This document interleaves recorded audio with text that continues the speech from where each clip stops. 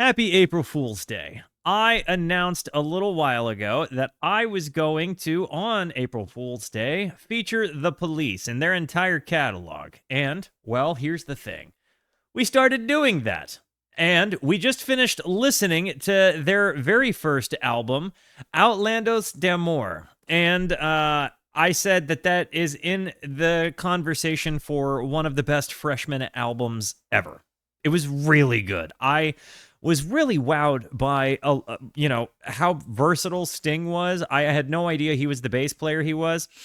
But I need to say that the whole reason I'm doing this journey and doing their entire catalog today was because I watched Rick Beato's interview with Stuart Copeland, and that 100% captivated me and made me think I need to listen to all of this. The examples they talked about, the way Stuart talked about music, the dynamics, kind of seeing one perspective, I was like, yeah, I'm sold. So I'm going out of my way to let people know it was the voice of Stuart Copeland that made me want to go through the Police catalog, and it was not the voice of Sting. However, I am not upset with the voice of Sting, either on his voice through the bass guitar or his voice through his lyrical delivery machine. This has been really, really, really good. I'm really excited to get into this again because I think my preconceived notion of what the Police sounded like was really, really, really kind of blown out of the water. As I did in the last album, I'll let you know if, as we go through this, I've heard any of the songs. I know I've heard Message in a Bottle. I know I've heard Walking on the Moon. But I don't know that I've heard any others. And of course, if I realize, oh yeah, I do know this one, I'll call myself out. Sting the lyricist is a significantly more powerful individual than I had anticipated. So I am massively excited to kind of see what their sophomore effort comes out to. I think hearing Stuart's take on the drums there, he is massively better a drummer than the hits lead you to believe. Like, the hits definitely, like, you hear the fills, you hear the transitions, you hear his dynamics, and you're like, yeah, this guy's really good. But when you know the story behind it, and that, like, he does these things in one or two takes, and then, like, Andy and Sting have months to work on their parts, and he plays just what he feels in the moment to fit the song. It was such a cool attitude and energy, and I really wanted to do it. So I'm going to do all of the albums, and then I'm going to listen to Beato's other two interviews. But W's for Rick Beato, because that was such a tremendous interview. It was captivating, and it really made me want to go in and actually listen to the catalog. Because, again, Stuart was such a captivating individual. It spoke massive volumes for the music. Guys, Reggatta De Blanc. The Police. This is a music discovery stream, so you gotta let me know. Are you familiar with this album and band, or are you raw dogging a very first listen to this with me? This came out in 1979. It looks like October 2nd. So how far after the first album? So 78. So about 11 months later, we're talking. So this is what 11 months of time being the Police will get you, I guess. Guys, I think we've got enough to get started. If you have context as we go throughout, please give it to me. And again, first-timers and raw doggers, let us know who you are. Guys, I'm going to hit the play button. Before I do, it's very important to me that you know that you are awesome, that you are valuable, that you are important, that you matter, that you are deserving of love, and that I am abundantly grateful for even a moment of your time. If you like what you see, feel free to hit the like and the subscribe button. It goes a long way to help me out. If you really like what you see, leave a comment. I would love to hear from you, or join us on Kick or Twitch. I stream every Monday, Tuesday, and Wednesday at 8:30 p.m. Arizona time. These people over here are the best people. Come hang out with us. Come discover music with us. I know I speak for all of us when I say we would love to have you by. Guys, Reggatta De Blanc, The Police, opening up with a song that I've heard via radio hits, but I've never listened to critically, so this is a song that I've only ever heard in passing, and, I know I'll send an SOS to the world. I hope that someone gets... But that's really all I know, like, just from listening in passing, radio hit, stuff like that. So, knowing the depth of Sting's writing after the first album, I'm kind of excited to actually listen to this one. Guys, here we go. A critical listen, finally, of Message in a Bottle, and a full listen to Reggatta De Blanc. Bingo bango. They really have a great way of opening albums up, don't they?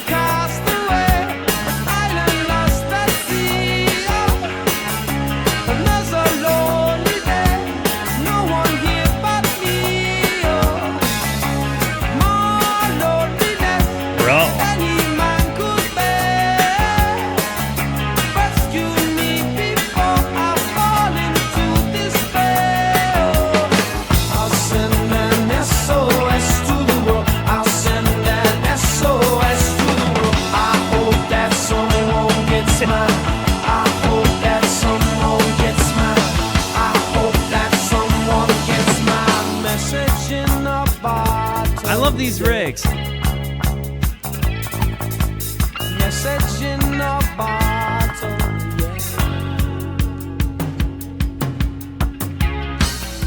yeah. You know, there is a... I think it's pretty interesting. I think that there is maybe a certain genius behind Sting through the first two albums, or The Police, in that they knew that they needed a banger the second a needle dropped. When you think about the last two albums, they immediately both have that similar, like, jump you right into energy, to big feelings, to kind of fast pace. And it's like they knew that if they wanted to make a good impression, it had to be heat from the beginning. I at least two albums in, they have not failed on the album opener challenge. On this channel, we talk all the time about, like, as we listen to albums, how does that sit as far as, like, album openers go? And we kind of have this ongoing conversation throughout our whole musical journey of, like, what album openers hit the hardest. And in fact, chat, if you have an opinion on this conversation, because we've been contributing to it for years now, let me know what is, your honorable mentions for best album openers.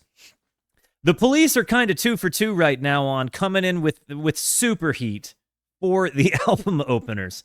Golly goodness.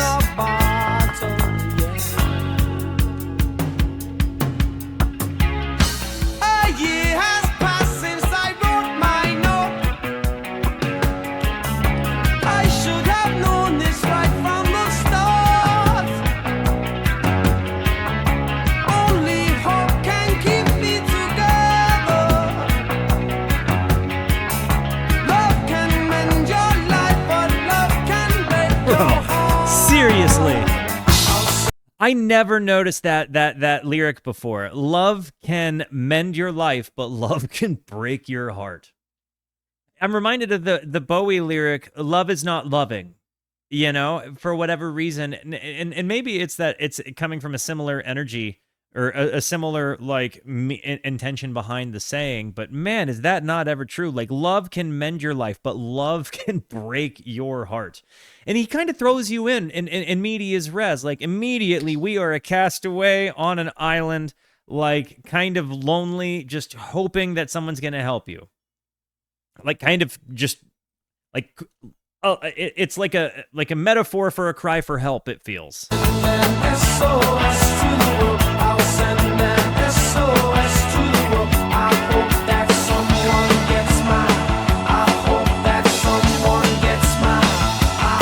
The drum so much.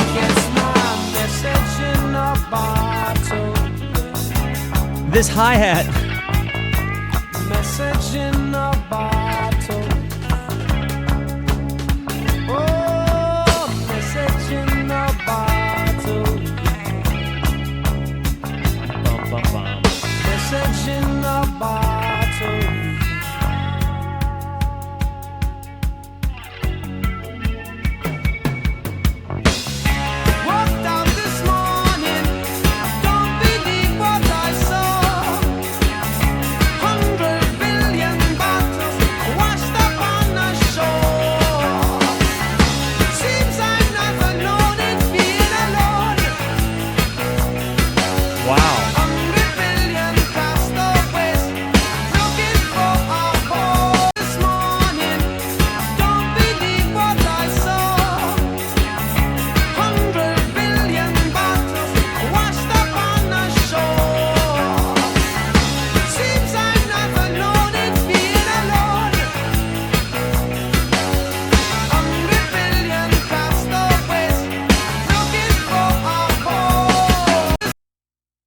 don't know why it's been doing that when I pause it. Guys, I want to kind of talk about this moment. I was sitting here thinking about this. Like, obviously, Sting writes about hypothetical situations, right? But in this context, it almost feels as though maybe he found a sense of fame, and he was like, that first album was maybe him sending out an SOS to the world, you know? And he sees some success from it, and he gets to like make music, you know? And he gets to do the thing he's dreamed about, and it's like starting to work. And he realizes the fans of his music are kind of relating to him, and they feel the same way he feels. They feel the same way he's writing.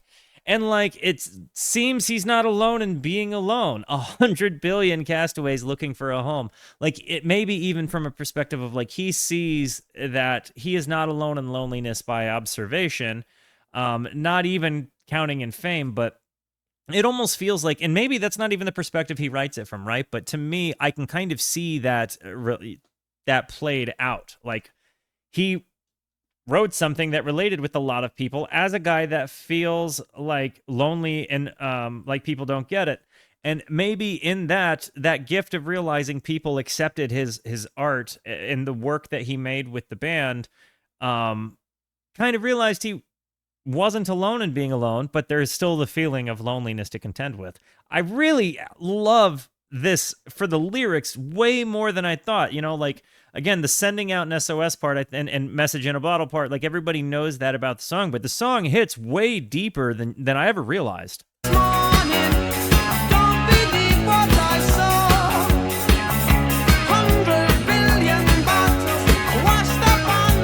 What's up, Ain't No 13F? Welcome to the Rooskies. Rooskies make our new friends feel at home.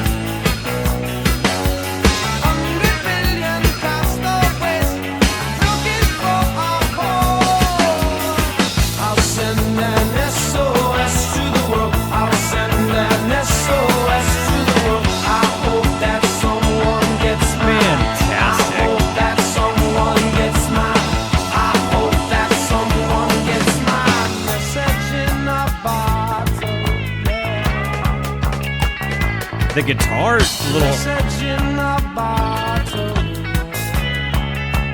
The atmosphere provided by those little leads.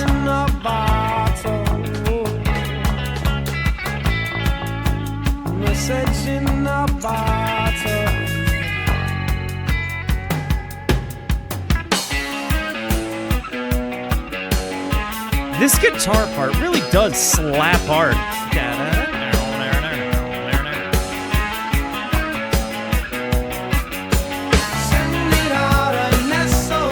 I really shouldn't learn this guitar part, because every time I go to do a sound check, that would be the part I played. It wouldn't just be like a rung out D, like D2 or G. It would be just... Because like when I started learning funk number 49, I'm not gonna lie to you guys, a lot, every sound check for weeks after that, bow, bow, bow, to a point that it bothered people. Send it out an SOS. I'm sending out an SOS. I'm sending out an SOS. I'm sending out an SOS. Listen to the drum fill here.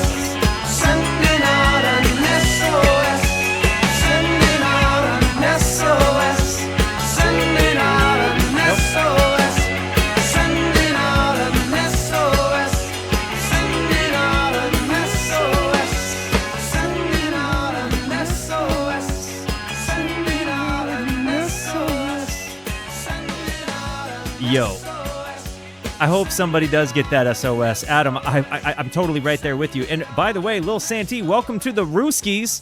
Rooskies, make our new friend feel at home. Do we think that it was a little bit over my one critical point of the song? This album opens up with some of the hottest heat, right? My one little critical point of the song, I think this sums it up. Right here. I feel like we could have been like, bang, and knocked it down. I know that they're all capable enough to do that. He did send it. There's no denying it. This song is really, really, really good. But like, again, 1, 2, 3, 4, 5, 6, 7, 8, 9, 10, 11, 12, 13, 14, 15, 16, 17, 18, 19, 20, 21, 22, 23, 24, 25. And they board faded it. So in theory, it's more. The one little bit of a rub I have with the song can be summed up with that. All of that said, is this one of the best album openers ever? It's in the conversation. It's in the conversation for sure. There's no doubt about it. The Police are way better when you listen. And it's not just passing music. Reggatta De Blanc. So this is the title track. Here we go. Listen to the... This is, I think, a part they talked about in the show. Listen to the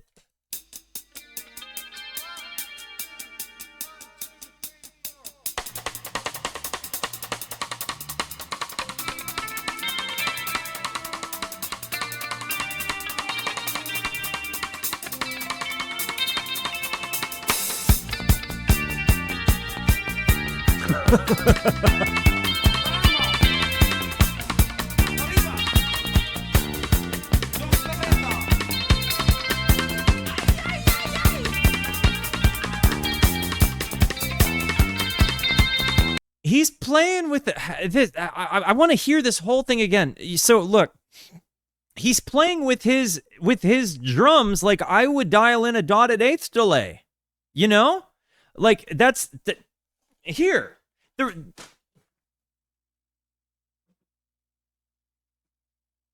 He is playing with his drums like I would dial in a dotted eighth, and it's so cool. It's really, really, really cool. The Roland Space Echo. Okay, so here, I'll show you what I'm talking about then, because I have, here we go. Oop.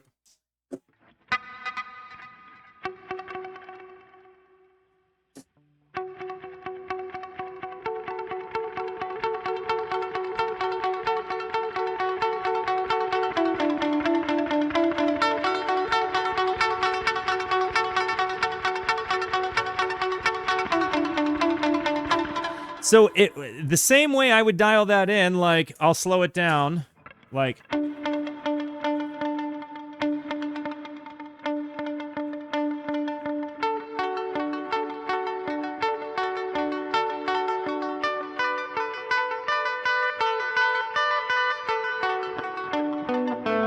So when you hear that, it's super, super, super cool. He's not doing that with strings, right? Like, he's doing this with noises that are bouncing back at his face. It's not like he plugs his guitar into something. He's not plugging his drums into anything. He's aiming a microphone at it and hearing it slap back at him.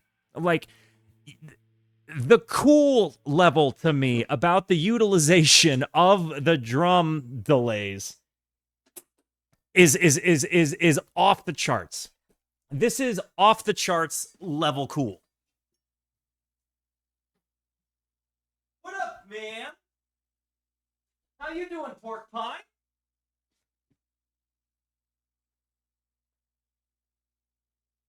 All right, getting back to it.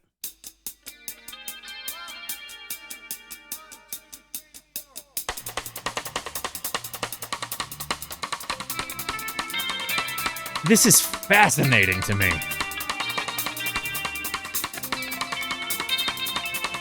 And they're pinging in your ears.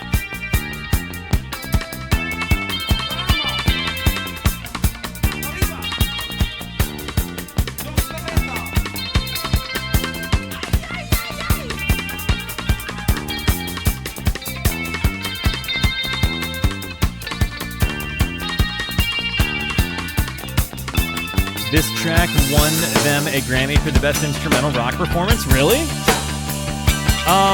Can we go ahead and just say that they should give that award to whoever took second place? Because, sir, there are clearly lyrics here. Garrett, I think you should write a letter, dude. I'll sign it.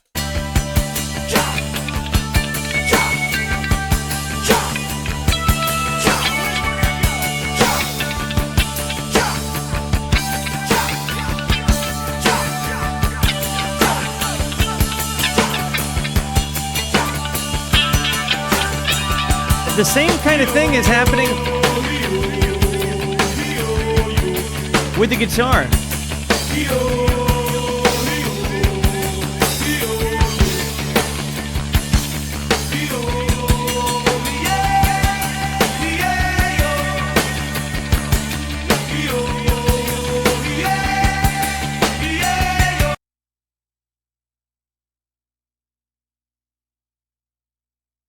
This is fun. This is really fun. The work that they're doing on this has got me so excited. I dialed in. Hang on. My guitar works better when I plug her in, guys. Excitement got the better of me here.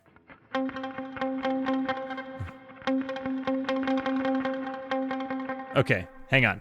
So...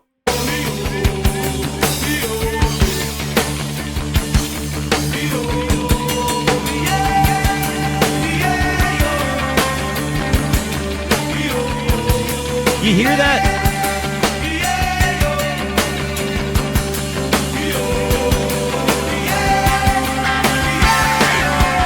They have that. The delay work that they have on this is like ridiculously tasty. Also, you hear what I'm talking about? I really like doing stuff like that, but...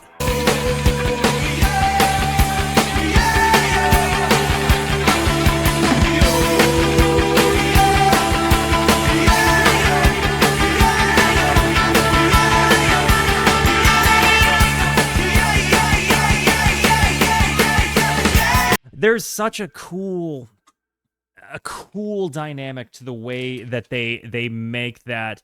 Don't put lines in their noses. Yeah, got you.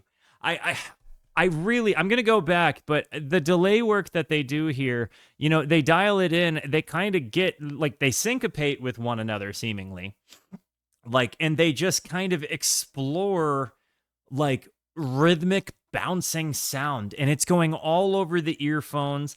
And you've got these like really pronounced kind of scat roar chant moments. It's really standing out to me as something that I would just kind of like anyway. In a lot of ways, I found the edge because of the movie They Might Get Loud, and that was the first time I ever really connected. Like, oh wow, I want to try to play with delays. I didn't realize how far back delay like work went. So to hear this happening with not only a guitar, but voices and drums, and then hearing the energy and the shifting of it, and hearing them kind of snap in line with one another when they shift moments is truly, truly just a special thing for me. It feels like so many of the ways I learned to play guitar, and it can kind of be traced to, at least in part, some of the originality found in this moment. Like some of the sounds that you hear in this album feel like were the drop in the water that created the ripple that I observed in my own time. I never saw the drop, I just saw the ripple of it. It's so cool.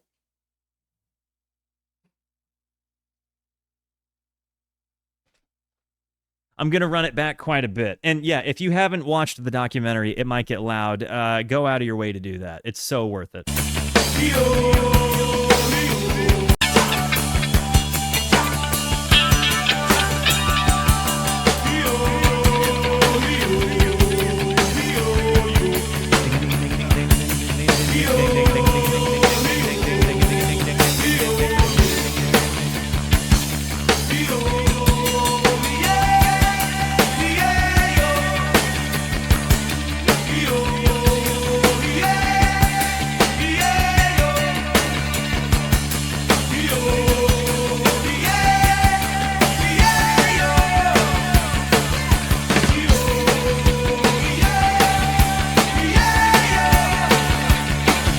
so cool.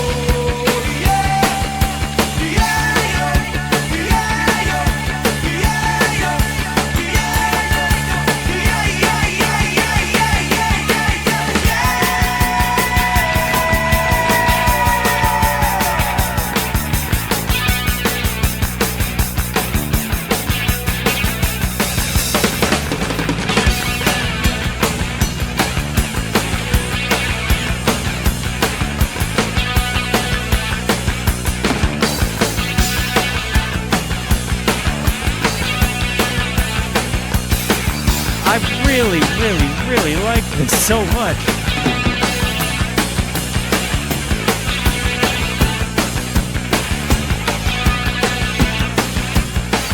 This is such a shattered preconceived notion again of what I thought the Police did. A clear sign of evolution when you go from the first album to this.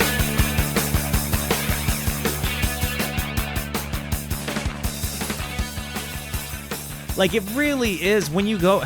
I think that this is going to be a special day in particular because in real time, we're going to get to observe the evolution of a band over the course of the day.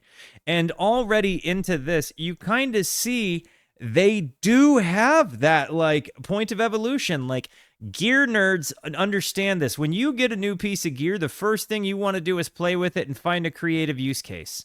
And create a fun use case for a new piece of gear, right? For example, the Emily Hopkins put out that new guitar pedal, Parting, and I'm literally wanting to buy it just so I can kind of incorporate the glitch reverb sound into what I do and find creative use cases.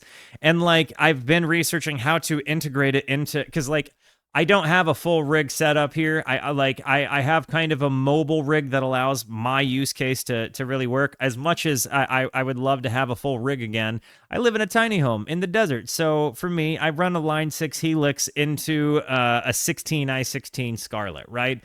It allows me to run stereo guitars. It allows me to have 2 microphones. It serves my needs, but it is not the same tactile excitement I get twisting knobs with amps and pedals and like, you know, getting that perfect pedal, board set up to make sure you're, getting patches set up. That stuff is always going to be exciting to me. But for what my use case is, a Line 6 Helix really does kind of serve the bit. And it allows me on the fly to kind of now show you guys like, hey, this sounds like a tape delay. This sounds like, lined up dotted eighths, whatever. It gives me the ability to kind of on the fly show you what it is I'm hearing in a more like specific way. And so this song absolutely makes me feel like it gives me that feeling like dudes get new technology. Cause I can remember Stuart talking about the tape echo he got and hearing it, in this context was fantastic. And this song feels like it was birthed out of the excitement of new gear. And as a guy that's gotten new gear before, like, I'm excited to incorporate it. And I'm not going to lie to you. I'm like this close to just starting my own gear review page out of the fun and passion of it. So if you guys want to see me do that, let me know. Because I'm so set up in my house to do gear reviews, but I just haven't done it yet. Anyways, this song was perfect. This is such a good song. I loved the instrumental. I wasn't sure that the Police did this kind of stuff. Anyways, I got to run an ad, guys. Go stretch, go pee, do what you got to do. I will be right back.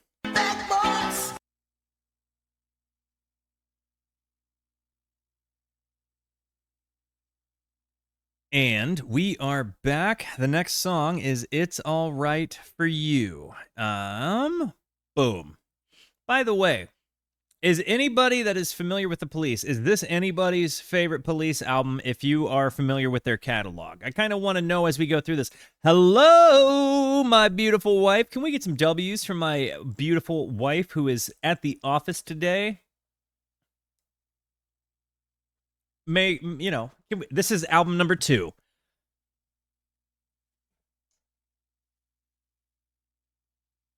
This has been fantastic, by the way. Babe, I think you're going to like the Police a lot.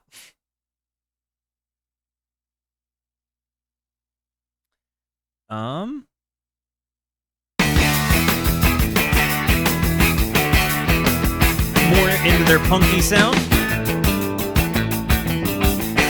up, make up, bring it up, shake up, stand by, don't cry, watching while the world dies. Big car, movie star, hot tip, go far, 9 days too late, take a bus, one way. It reminds me a little bit of Bob Dylan, huh? Look out here. Wake up, bring it up, shake up, stand by, don't cry, watching while the world dies.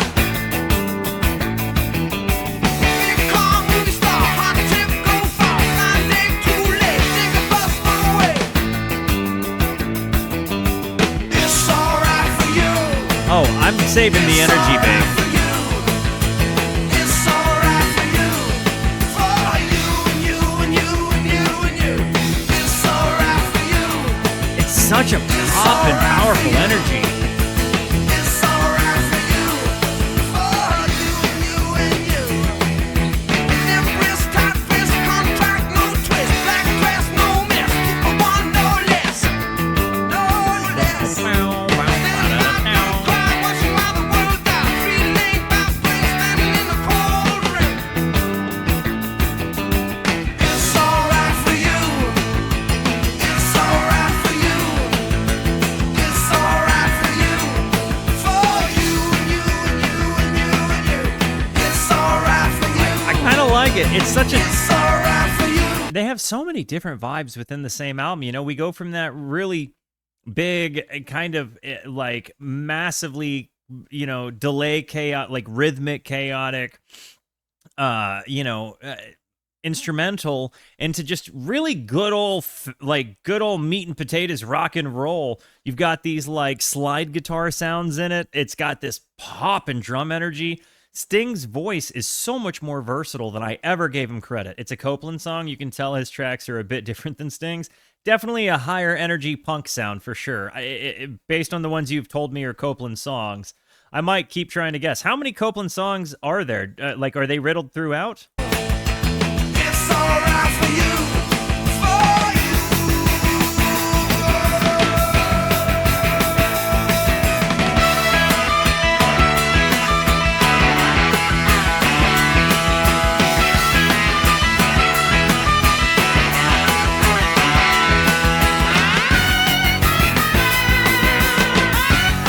Bro, Andy.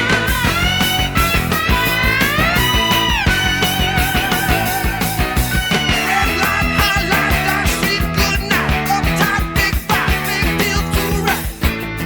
Too right. Big time, don't drown, jump back, turn around. Low light, big knife, and show my life. It's alright for you. It's alright for you. It's alright for you.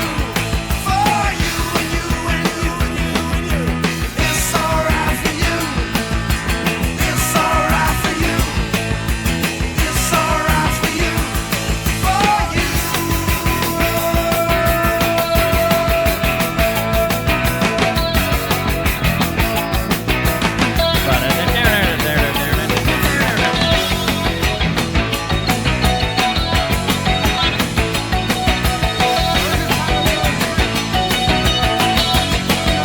After listening to this, I'm convinced that Johnny Marr was a fan of Andy Summers.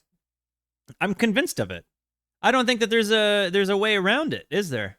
Like, as I'm hearing this, tell me that Johnny Marr's early work with the Smiths does not have that same jangle pop guitar sound to it, like the real pink sound.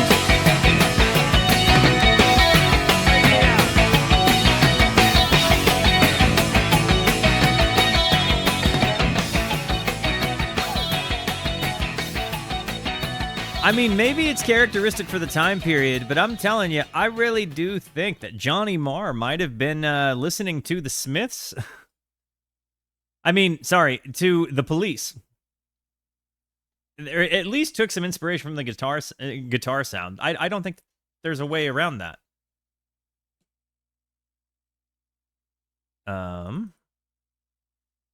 Title, what's going on, bro?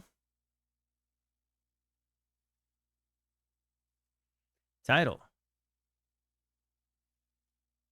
Title. What's going on, bro? What happened? I sing your praises all the time. Why are you being a douche?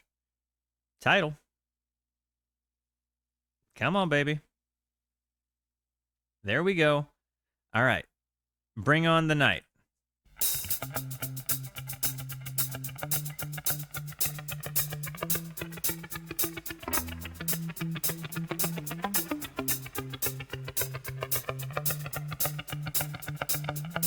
Eye of the Tiger.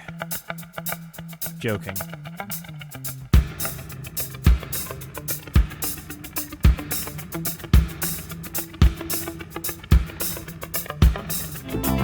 Afternoon has gently passed me by.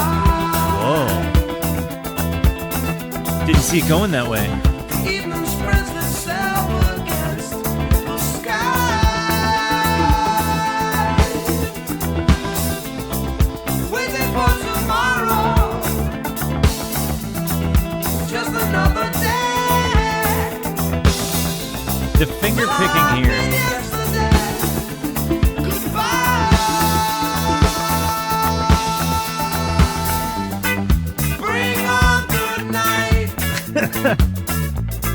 I couldn't stand another hour of daylight. Was this one of the hits? Certainly it was. Another hour of daylight. The future is but a question mark. Hangs above my head there in the dark. Can't see for the brightness staring me blind. Loving this yesterday goodbye.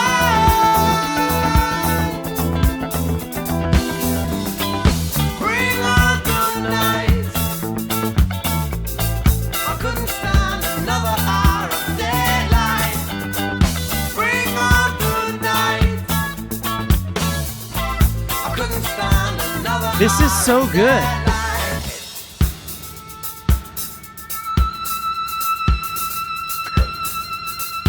It's just not at all what I thought they sounded like. I mean, I hear Sting, right? But this isn't what I thought the Police sounded like. And I love having a shattered preconceived notion.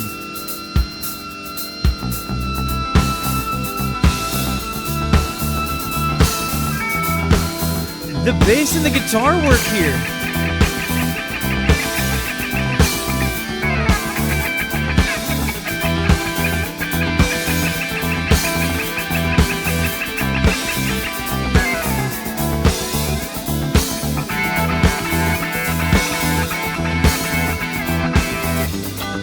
Bring on the night. It seems like the reggae DNA is always kind of somewhere within what they do. Bring on the night. Outside of Stewart songs. Couldn't stand another hour of daylight.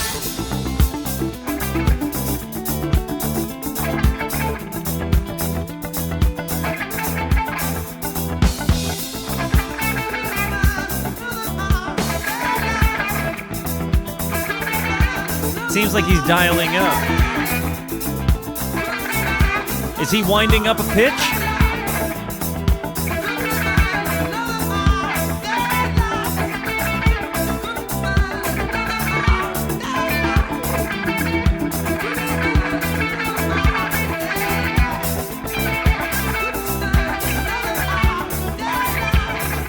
Seems like he's throwing the pitch.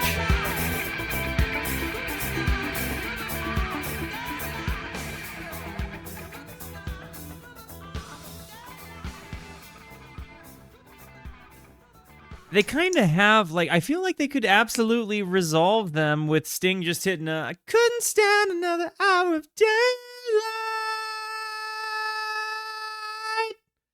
Like, they absolutely have that within them to do it. You know what I mean? But it does, I think, again, I'm not going to dunk too hard on the board fades, but this kind of moment is very, very, very much the the thing I could do without in their music, not that I think it ruins their music, because it doesn't. The song is fantastic, right? But if I was to nitpick something about genius level music, it's that. Say what you will. I'm not dunking on it, because all of the rest of it was amazing. And you could have ended on the chant and still ended concisely, because Sting has the ability to end on a big boisterous voice where he just lets himself echo out. And the band is good enough to come to a hard close and let his voice kind of be the crescendo that ends it. I don't know. How do you nitpick genius, right? Here we are. I'm not trying to be a music critic. I'm just commenting on something that stands out to me. Are we back to the drum delays?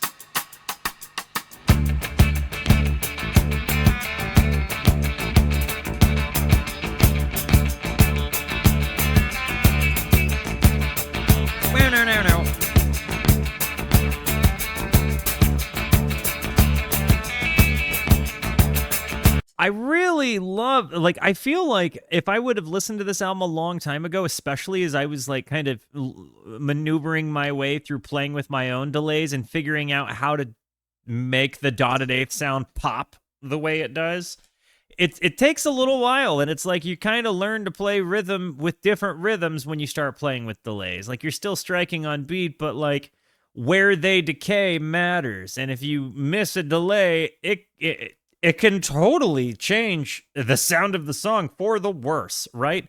So it feels like he's absolutely experimenting with delays, and I like hearing this, because I don't believe that they played to metronomes as far as what Stewart said, at least not in the earlier albums.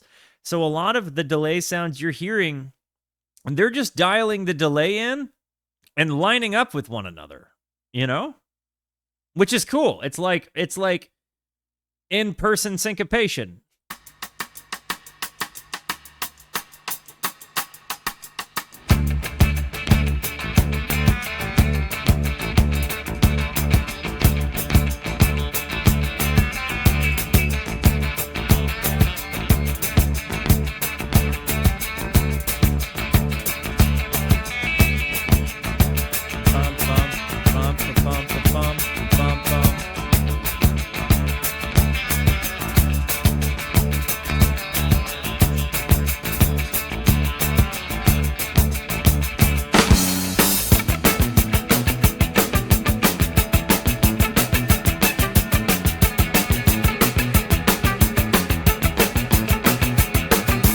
Energy is so nice.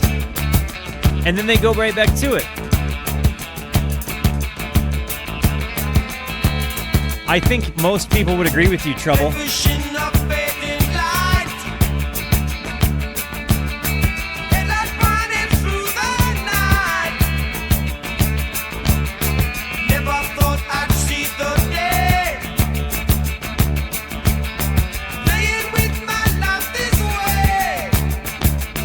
Already love this.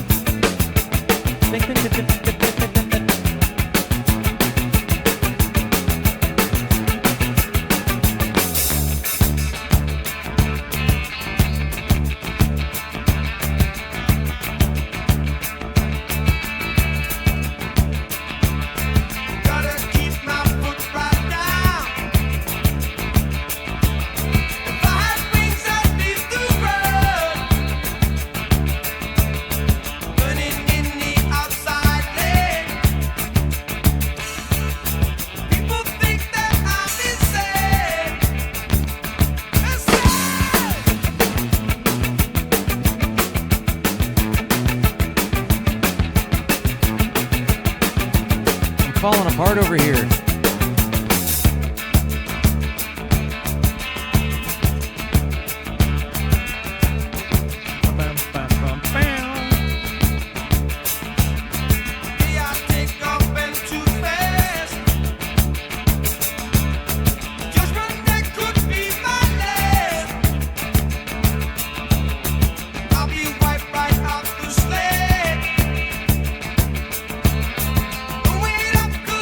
It feels like he's kind of playing like an A shape and like barring his finger across the middle three strings and like that would make up an A somewhere. It might be in the key of A, I don't know. And then he's kind of like turning that into a minor pentatonic scale. Like in this case, if it is A, it'd be like an F sharp minor pentatonic scale, right? With the delay, so you're hearing like the A, and he's hitting out like, you know, to if it's an A fret 5 down down down down, and it's kind of an interesting little way to play hybrid rhythm and lead as with the delays kind of serving as like this, you know, the rhythmic fills of the lead. It's really cool.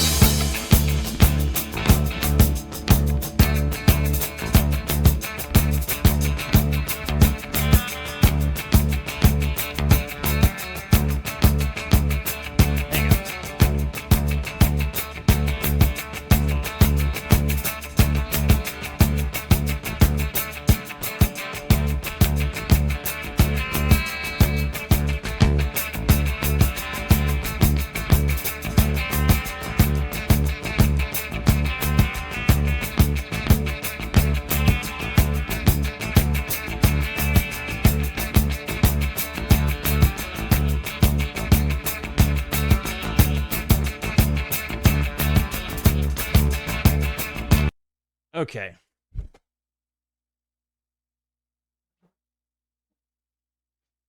It's funny because I feel like I learned a lot of these lessons on guitar from other artists, but like I'm starting to feel like maybe some of it started like I think that this might be the earliest case of like dotted eighth delays I've heard. So like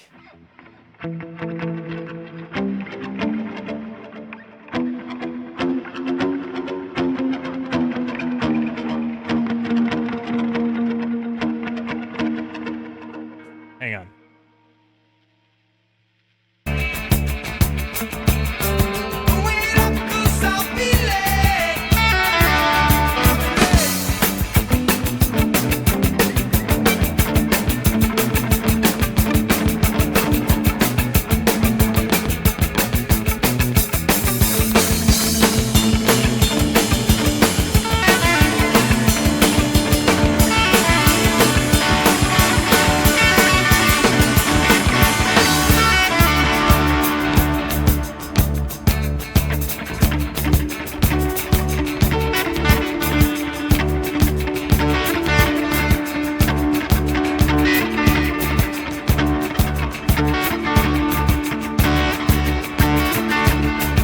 But it's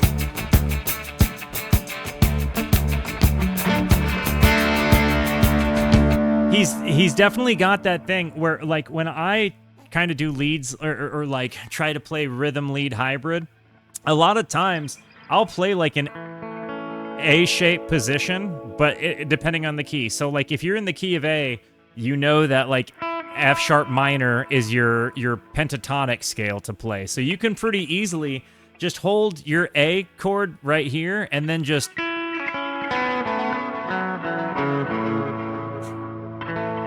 and you have a nice little lead there that you can kind of incorporate into your rhythm playing.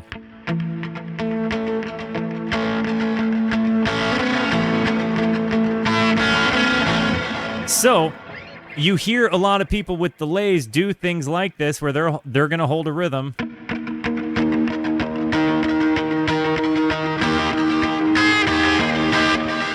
And these are things that I learned from people that were not the police, but when I hear them in use cases like this, I get really excited because a lot of this, they weren't doing it digitally. I have the ability to just turn a knob and get it to be digital perfect.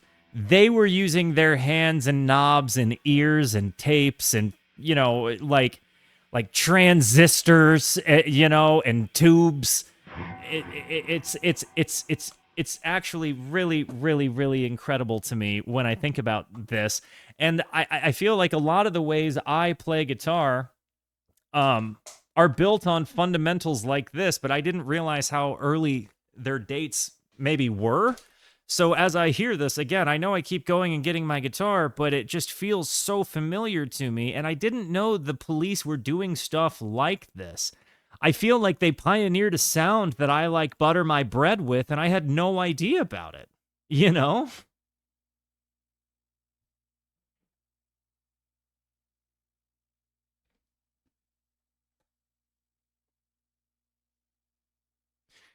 Anyways.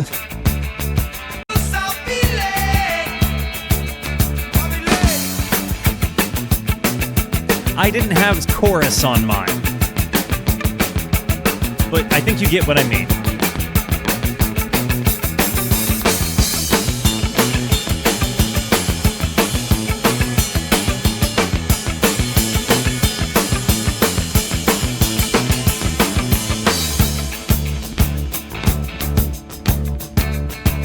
I think it was in the key of E, by the way.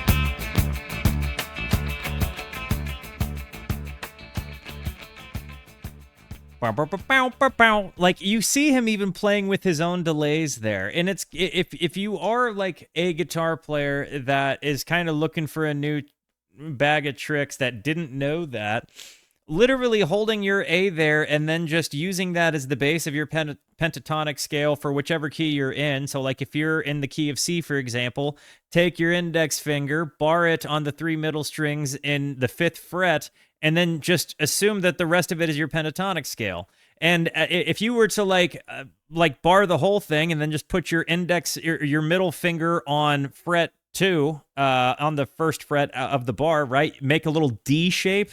You've got an F there. And slide that exact shape up 2 frets, you have a G. So you can really get away with like doing a C. Hold the bottom 3, frets, and you've got an A minor. You put your index finger over the, 1st fret to make it like a D shape on fret 5, and you've got an F. 2 frets up, you have a G. So you have your whole 4-chord system right there that you can literally play around with in the middle of the pentatonic scale, whichever key you happen to be in your song, and have leads there. And when you have delays, like in this case, you have a very, very, very cool, especially when you have the other band kind of participating with these, like the inner working and kind of like feeding back in rhythmically.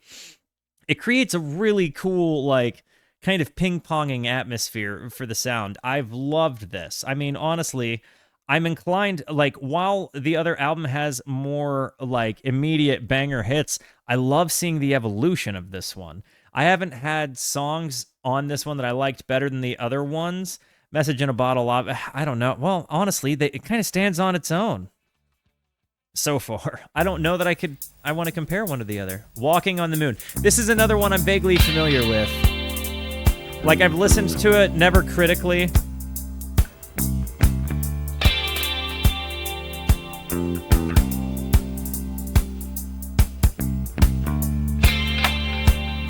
Yeah, I can't wait to see Eggy tonight. Mel and I are going to have a great time. This is your favorite song by them?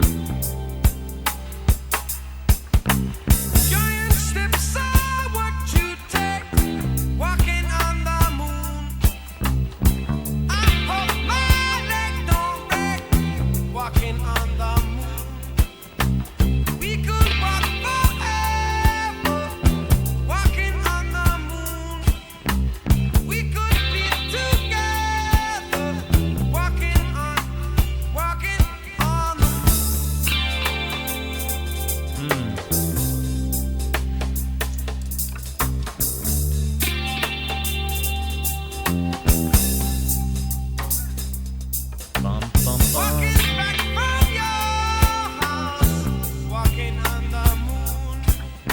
I love this reggae vibe. I love how they kind of let the decay of the delays speak for the rhythm in a lot of ways. You know, you get this bink bink, but then you also have their bop bop bop bops after it. Walking back from your house, walking on the moon.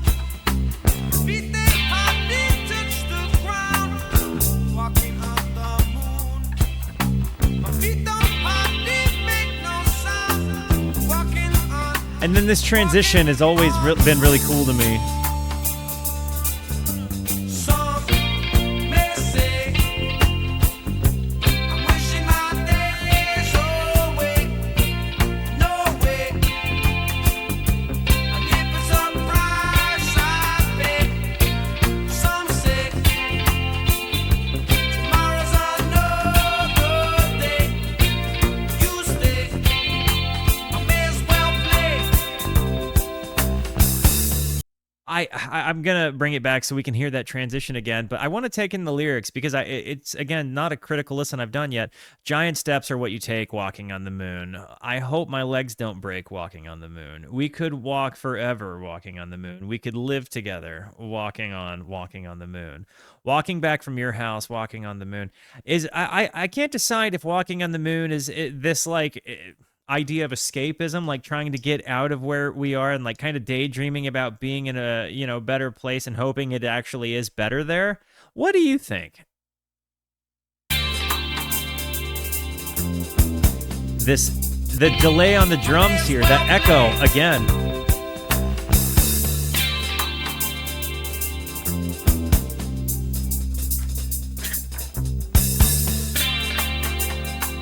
That part is so cool. I've never noticed this part in the song. I want to hear that again. It was amazing.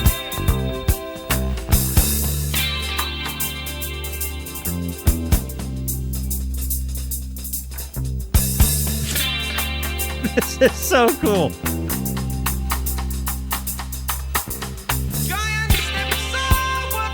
And we're back. Oh my gosh. I was drunk in a hotel room in Munich, slumped on the bed with the whirling pit when this riff came into my head. I got up and started walking around the room, singing Walking Around the Room, yeah, yeah, walking around the room. That was all. In the cool light of morning, I remembered what had happened and I wrote the riff down. But Walking Around the Room was a stupid title, so I thought of something even more stupid, which was Walking on the Moon. Sting. La Historia Bandito, 1981. Huh! And it's a pretty common metaphor for falling in love. It's kind of funny. I feel like the song, now knowing that, it feels like the abstract, we're supposed to kind of make our own meaning for it more than anything. And I think that's awesome. I also just really love the vibe of this song. That kind of, like, I don't know, almost hopeful minor key sound, like the reggae vibe, and then you get that really big uplifting, some may say I'm wishing my days away. Still though, that drum moment was the MVP of this song for me so far.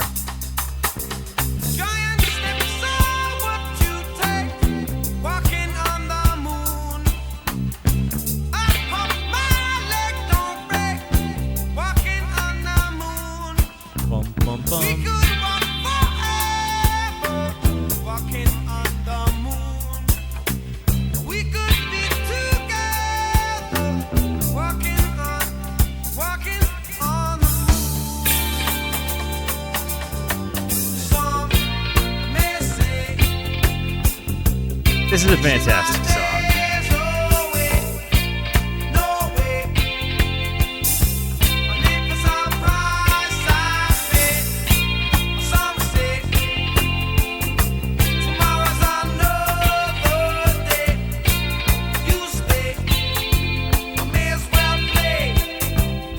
When the pre-chorus might be the MVP part of the song?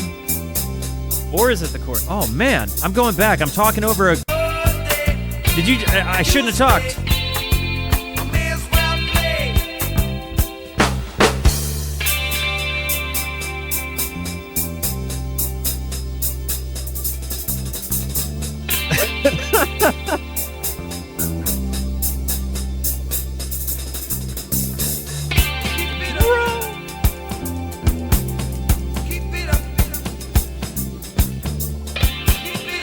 true to form, guys.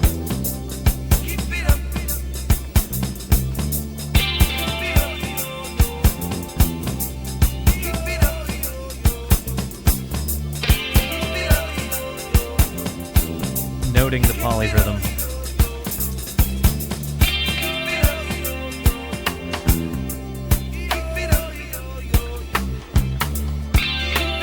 The vibe that gets created with those drum sounds being delayed is just unreal.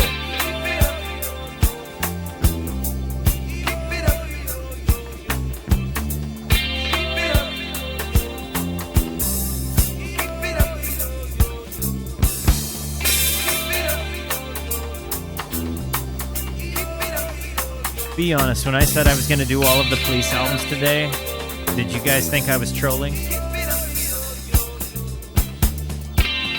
Or do you guys assume I was being meta?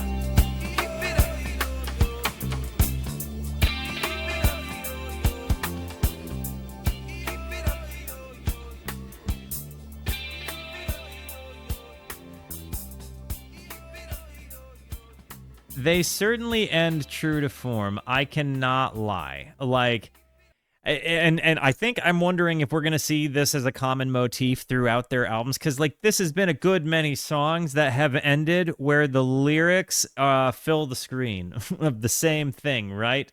Where they could have just put like this, you know, parentheses 1, 2, 3, 4, 5, 6, 7, 8, 9, 10, 11, 12, 13, 14. You know, keep it up, parentheses X14. They could have said that. You know, or even 28, keep it up, parentheses 28, any which way you want to do it. But I think that the more I'm saying this, I was kind of reflecting on it as we were closing this song down. It feels a little bit almost like a cathartic release, kind of like that is their like hang loose jam moment where they each get to do their own little tasters. And you see each of the guys do it, like, you know, Andy, Stewart, and Sting all have their random like shine moments that are kind of bombastic, whether it's Stewart's moments on the drum with the delays, whether it's Andy hitting a random little run lick with his with his delays, Sting doing a random in the middle of, you know, don't. There's a really cool vibe to this that I actually find myself really enjoying about the outros. Like, yeah, we can poke fun at the fact that like this is definitely a little bit of a police trope, but it's cool, even if it's a trope. But I also haven't heard the songs enough to be bothered. Hang on, what did he say? The other ones are complete bullshit. Was that Stewart? That had to be. You want something corny? You got it. There's a house on my street, and it looks real neat. I'm the chap who lives in it. There's a tree on the sidewalk. There's a car Stu by on the vocals. door. I'll go for a drive in it. And when the wombat comes, he Recurring will find theme. me gone. He'll look for a place to sit. My wife has learned the scrambled eggs. The dog just bit my leg. My teenage daughter ran away. My fine young son has turned out gay. You know, this feels like it brings me to the idea that the wombat seems to be a mythical creature in rock and roll. It also makes me think that Fish probably was inspired by the Police in ways I never really connected, probably. And it seems like this has definitely got young Stuart Copeland angst to it. He definitely writes these punky, kind of pushy, like, things. These lyrics are too real. But yeah, it's interesting to hear Stewart take the lead on it. Did he sing them live? Like when they performed, did he perform these songs?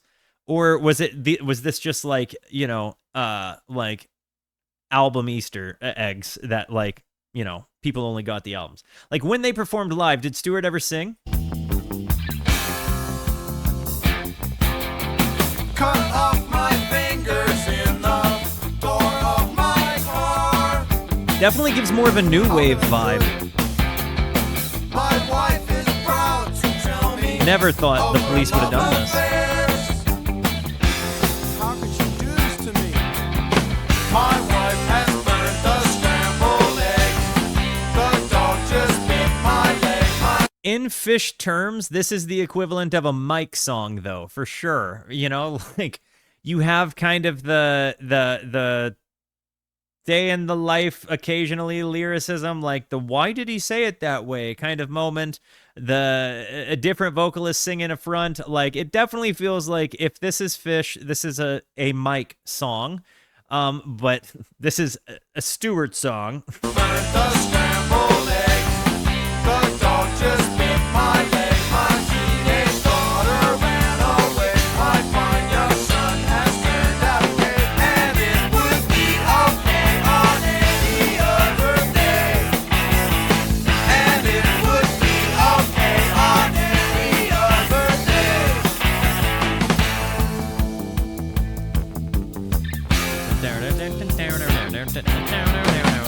Throw down the morning papers. I like that he's saying it's like he's just commenting on the fact that it's a bad day, and normally he wouldn't shake the small things, like, because all of these things are small things. Let's be real about it. Like, well, okay, runaways aren't small things. Depending on how bad the dog bite is, that's not a small thing. And like, you know, it's one of those things where you shouldn't allow things to affect you. And he's saying normally things wouldn't affect me, and any other day would be okay. Clearly, this is just a bad day. Morning papers and spill my tea. I don't know what's wrong with me. The cups and plates are in a conspiracy. Yeah, this definitely just feels like coming from a bad day. Misery. My wife has turned the scrambled egg.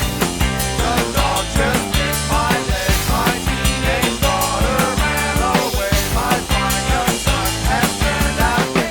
And it would be okay on any other day. And it would be okay on any other day. And it would be okay on any other day.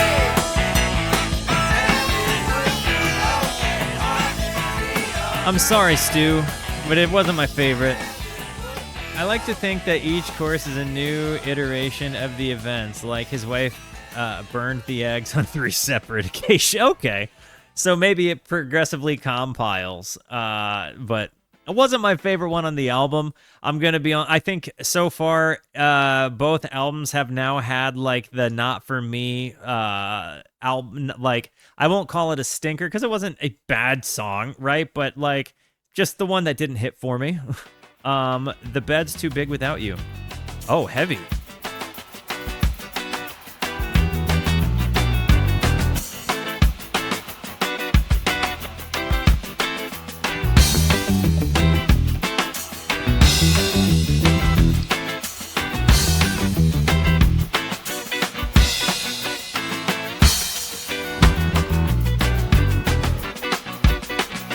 Love this.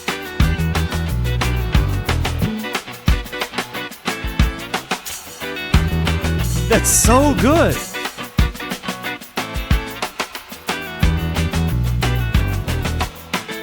That's too big without you. The cold wind blows right through that open door. I can't sleep with your memory. Wow. Dreaming dreams of what used to be. When she left, I was cold inside. Have we not all been here? Have we not all been here?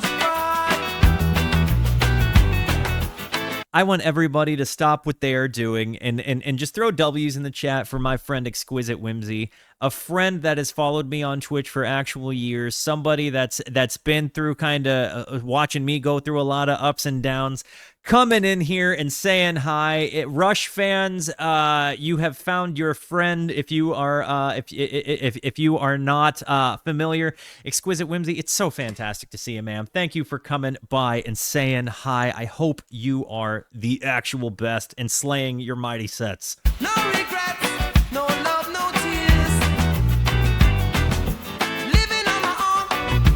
least of my fears. That bass line. Bed's too big without you. Bed's too big without you. Bed's too big without The drum work too. I mean, that guitar work. Bam, bam, bam, bam, bam, bam, bam, bam. And then you get Without You. without you.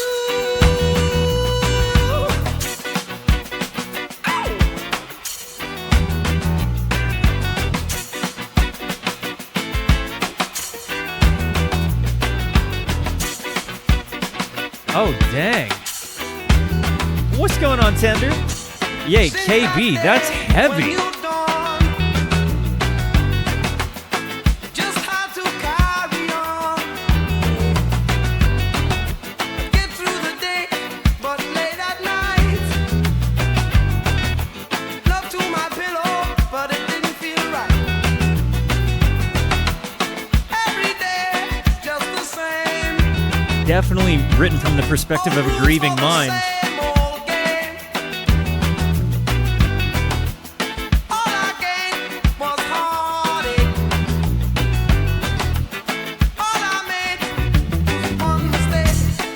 That bass. Bed's too big without you.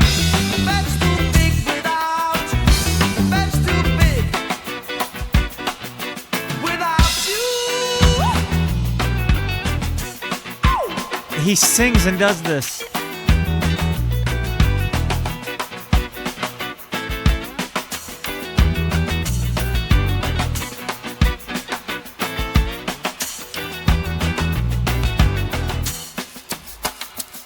Right here.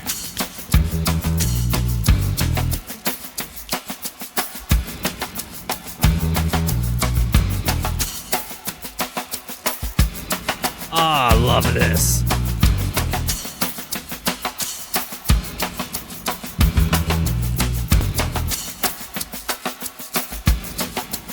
Nope. Comes in on an offbeat.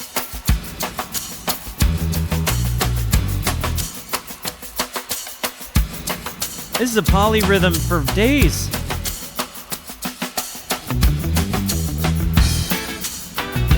Bed's too big without you. Bed's too big without you. Bed's too big without you. Bro. Without you.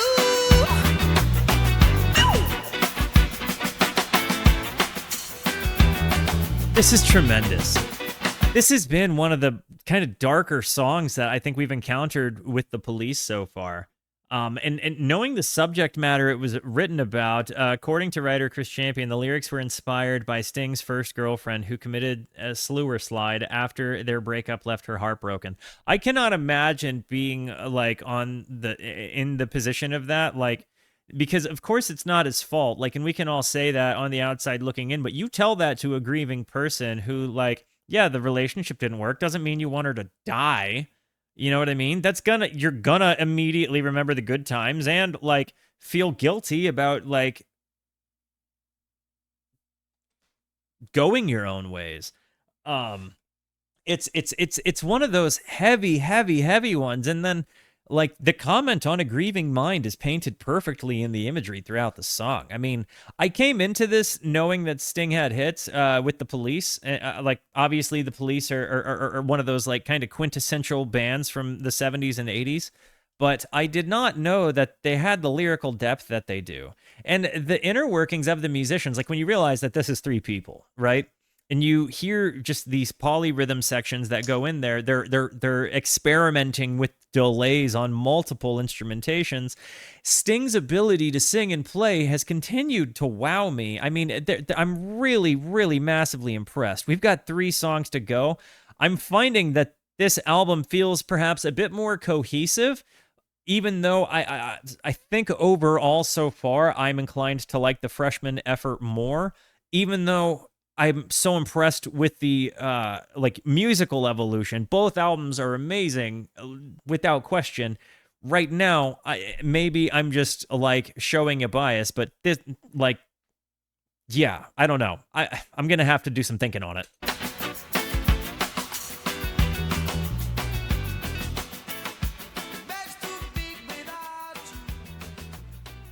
This is maybe their deepest song we've heard so far, though. I've really enjoyed it. This is Contact.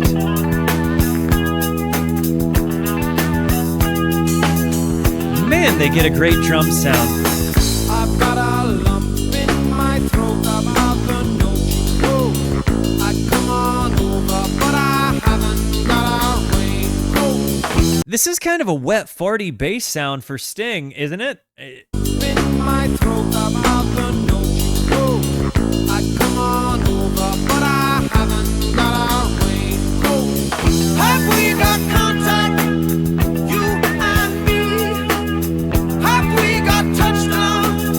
Can we be?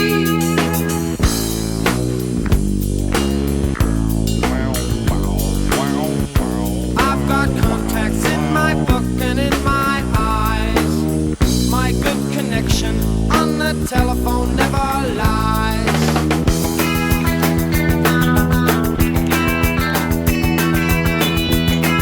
Again, what feels like Proto the Smiths sounds. Have we got contact? You and me. Have we got touchdown? Can we be?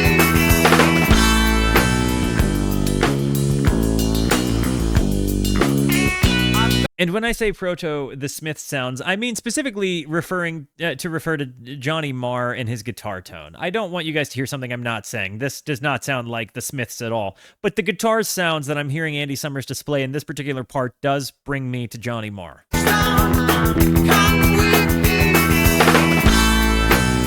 Actually predicting self-host. I've got a list of the people I have known. I'm never alone on the end of a phone. Have we got contact? You and me. Have we got touchdown? Can we be? I've got a lump in my throat about the note you wrote. Kind of a funky bass vibe here. I haven't got a raincoat. I'd come on over, but I haven't got a raincoat. It feels like it bounces between major and minor modes as well.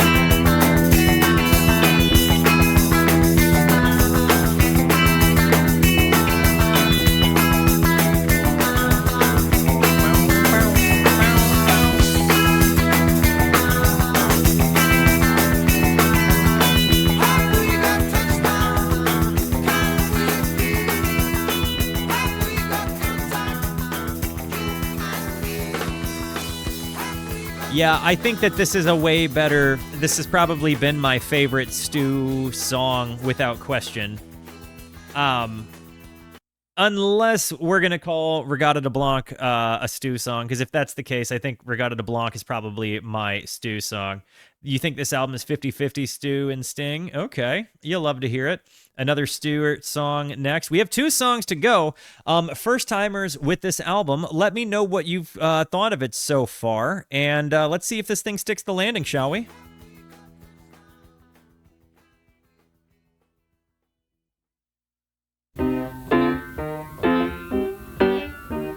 Does everyone stare? 10 times before I take you on a date. I'm in a cold sweat, my panic makes me late. I know you never asked for this, I know. My shots will always miss, I know. My shots will always miss. Oh. Does everyone stare this way at you? This is unassuming. I only look this way at you.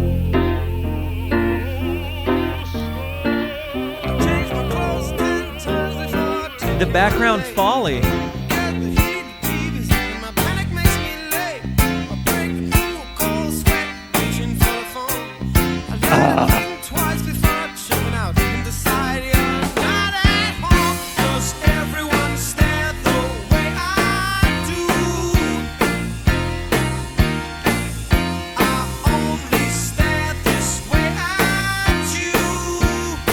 What a lyric!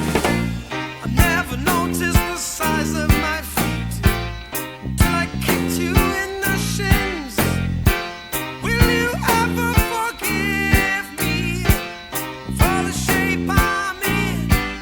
can we give W's for Tim, who just coined a phrase I think that made me really happy? Squint your ears.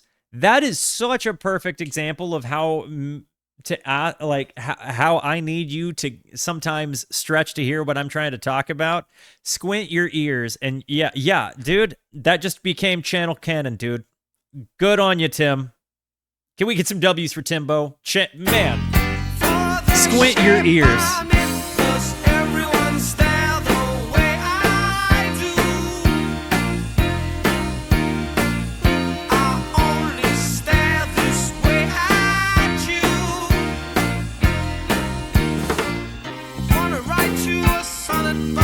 The transitions are so jarring. I love it.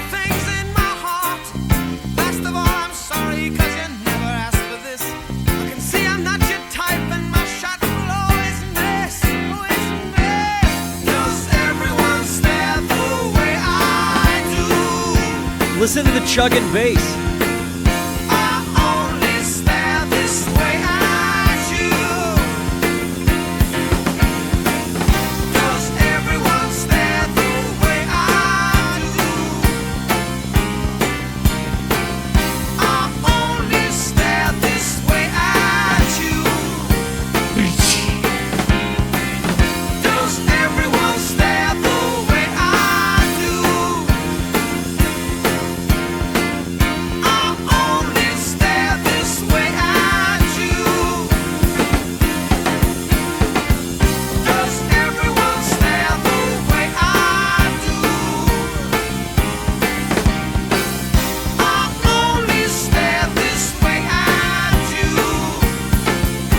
Reminds me of a Yes breakdown.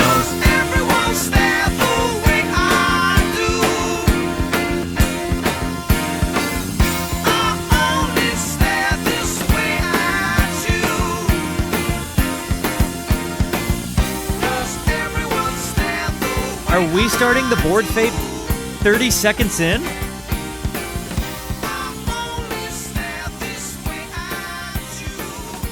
They started board fading 30 seconds to go.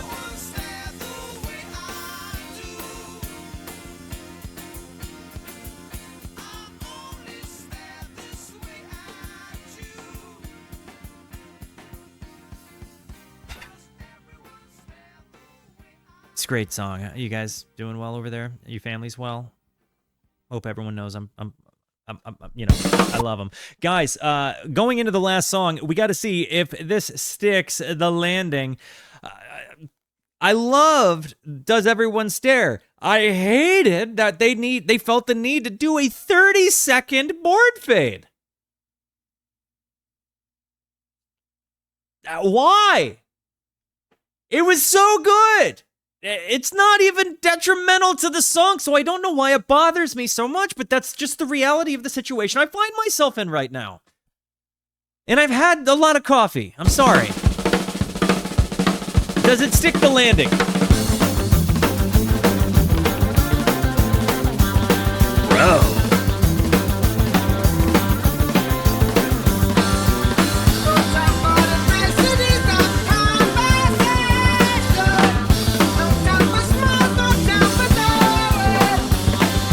Voice going through a Leslie?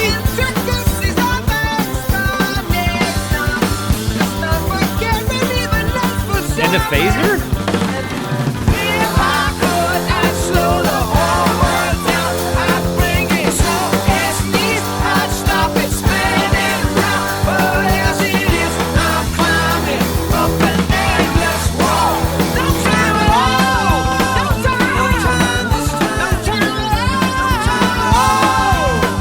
I wonder if the B-52s took a, cause I think that they're kind of cohabitating at the time, right? Like, this feels like at least came out, like, it kind of feels like New Wave takes a page out of the Police's book. The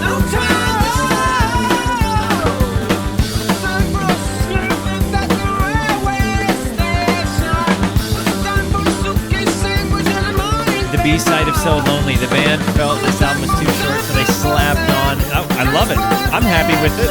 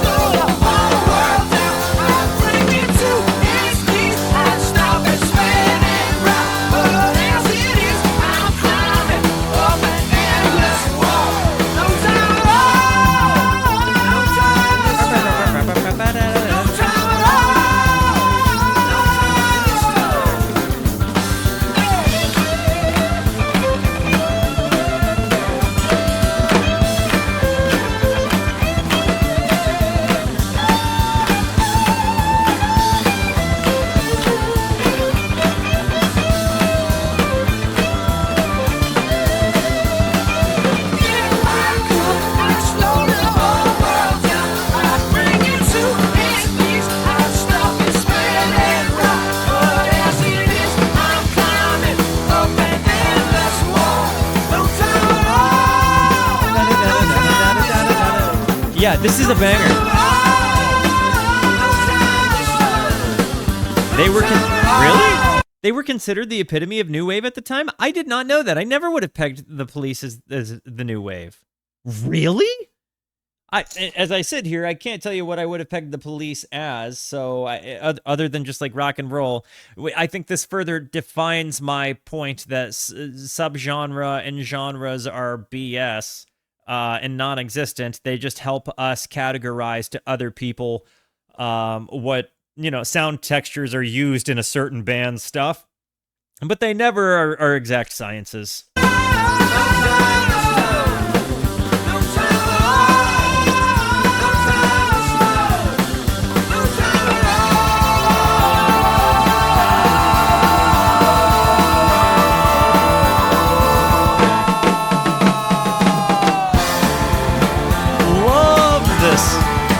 It sticks the landing.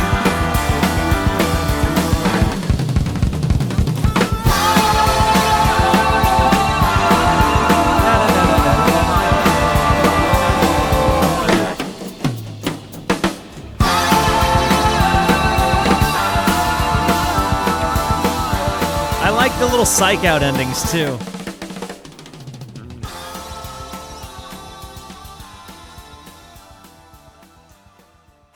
I think I just am going to have to accept that board fades seem to have been an industry standard at the time, and this is just what this is. Guys, Reggatta De Blanc stands out as an entirely separate beast entirely from you know, Outlandos d'Amour. I don't think that you can necessarily... They're two separate body of works. They show a clear, obvious evolution. It's like kids that made a little bit of money off their first record, go and spend that money and buy gear, and all of a sudden realize that they have creative exploration opportunities that they never thought were possible and find use cases for those things, as musicians do. I liked that. I liked feeling that there was a little bit of a backstory to it. I liked kind of seeing that you see the songwriting abilities evolve. You see what they're interested in kind of evolve. Like this one seemed a lot more far left turns. It had a lot more delays. It was a lot less like kind of punk and riff structured, which I appreciated. And I feel like you really see the evolution of the instrumentalists. Like, and maybe I'm wondering if this is going to be the case, if like the sound textures we hear in this album, kind of like in the last album, inform, you know, what they will eventually evolve into. I'm excited to see if like they continue to expand on this delay work and this jazzy meets, you know, riff kind of thing. I'm also really fascinated to know how they did some of this in a live context. Getting some of these delays like done all analog to bounce back at them when some of these delays are such, you know, like pivotal parts, like foundational building blocks to the song. You know what I mean? I think when you have those things involved, recreating it live is essential, and I would love to know how they did that. So far, I'm not going to make a decision on what I like the best. When we get to the end of the day, perhaps I'll tell you which of the albums I enjoyed the most of the five, if there's a clear standout. But guys, it looks like we're about to go into Police album number 3 today, and somewhere in the midst of that album, we will be halfway through our time. Guys, I love you. Thank you for being here. Thank you so much for the positivity that you show both to me and to one another. Continue to be the best. And until I see you next, be introspective and consider the birds. Goodbye.